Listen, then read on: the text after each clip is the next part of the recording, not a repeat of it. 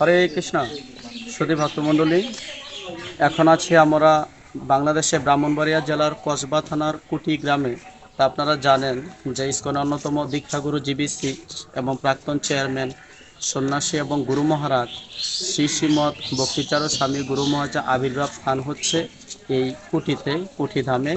আর আমার পিছনে আপনারা এটা দেখতে পাচ্ছেন যে মহারাজের যে আবির্ভাব শ্রীপাদ।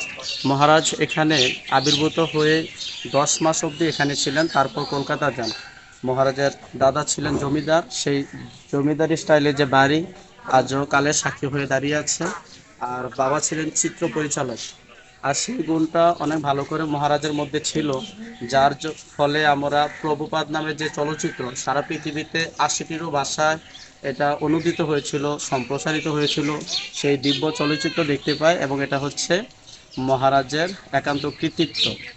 আজকে মহারাজের ৭৯তম শুভ ব্যাসপূজা মহোৎসবে সারা বাংলাদেশ থেকে এবং ভারতের উজ্জয়ন এবং মায়াপুর থেকে মহারাজকে যারা ভালোবাসেন তার শিষ্য অনুগত এবং শুভাকাঙ্ক্ষী সবাই এসেছে।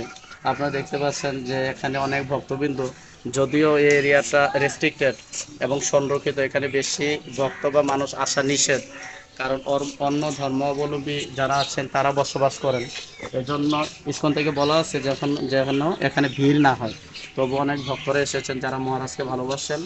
আপনারা এদিকে দেখতে পাচ্ছেন, আমি দেখাবো যে এই সেই দিব্য কক্ষ, দিব্য রুম যেখানে মহারাজ অবতীর্ণ হন, সেটা এখন পরিত্যক্ত অবস্থায়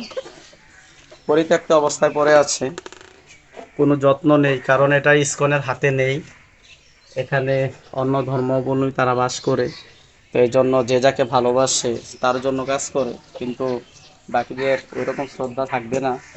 তো এরকম পুণ্য স্থান, পুণ্য একটা দিব্য জায়গা, তা আপনারা সবাই আসবেন এবং মহারাজের এই ভূমি থেকে কৃপা আশীর্বাদ নেবেন। শাস্ত্রে আছে 3 কিলোমিটার ব্যাসার্ধ পর্যন্ত যেখানে ভগবান এবং ভগবানের শক্তি অবতার বা পাঁচশদ্র অবতীর্ণ হন, 3 কিলোমিটার ব্যাসার্ধ পর্যন্ত এটা ধাম বলা হয়। তো এটা হচ্ছে কুঠি ধাম এবং মহারাজের আবির্ভাব শ্রীপাঠ। এখান থেকে এই 1 কিলোমিটারও কম, যেখানে প্রায় 1000 একর জায়গা জুড়ে ইসকন কুটি ধাম অবস্থিত। এবং এটাতে গেলে আমরা এখন ওইখান থেকে আসছি, ওইখানে অনুষ্ঠান হচ্ছে ব্যাসপূজা মহোৎসব। আপনি বলবেন যে মায়াপুর চলে আসছি, এটা দ্বিতীয় মায়াপুর বলা হয়, অন্তত আমার কাছে সেটা মনে হয়। ঠিক কিনা মাতাজিরা? তো এখানে গেলে আপনি দেখবেন যে এখানে অনেক সুন্দর কৃষি কাজ হচ্ছে এবং হচ্ছে গোচারণ ভূমি আছে, গাভী পালা হয় এবং অনেক সুন্দর জায়গা, নদী আছে এবং সরোবর এবং কৃষিখাতে স্বয়ংসম্পন্ন। তো এখানে আপনারা যাই দেখতেছেন সব গুরু মহারাজের ছিল। এখানে অনেক বড় একটা পুকুর আমি দেখাবো আপনাদের। এই যে আমার পিছনে যে পুকুরটা দেখছেন, অনেক সুন্দর পুকুর ঘাট এখানে আছে। এটা হচ্ছে মহারাষ্ট্রের নিজস্ব সম্পত্তি। এই যে পুকুর ঘাট দেখছেন, বিশাল পুকুর, এখানে হয়তো মহারাজের বাবা মা তারা বসে থাকতেন এবং তাদের থেকে যে কৃষ্ণ ভক্তির বীজ সেটা প্রকটিত হয় এবং অবশেষে পিতামাতার ঔরসে এরকম বিদগ্ধ যে সন্ন্যাসী তৈরি হয়, যারা কোটি কোটি মানুষের প্রাণ এবং আমাদের মতো অদ্ভুত জীব যারা, তাদের উদ্ধারের জন্য ওনারা আসে। বলছে পৃথিবীতে 2 প্রকার মানুষ আসেন, একটা হচ্ছে অধপতিত জীব, আর একটা হচ্ছে এই অধপতিত জীবদের উদ্ধারের জন্য। এরকম সন্ন্যাসী মহারাজ এবং মহান বৈষ্ণব তারা যুগে যুগে আসেন আমাদের মতো অধপতিত আত্মাদের উদ্ধার করার জন্য। তা আজকে এই বিশেষ দিনে আমি মহারাজের একটা লীলা না বললেই নয়, এবং মহারাজের জীবনের যে অন্তিম শিক্ষা। তো মহারাজ আপনারা জানেন যে করোনায় সারা পৃথিবী থেকে, ইভেন আমেরিকাতে যখন পার ডে প্রতিদিন 3000 উপর মানুষ মারা যেত, দেহত্যাগ করতো, তখন তিনি আমেরিকাতে গেলেন।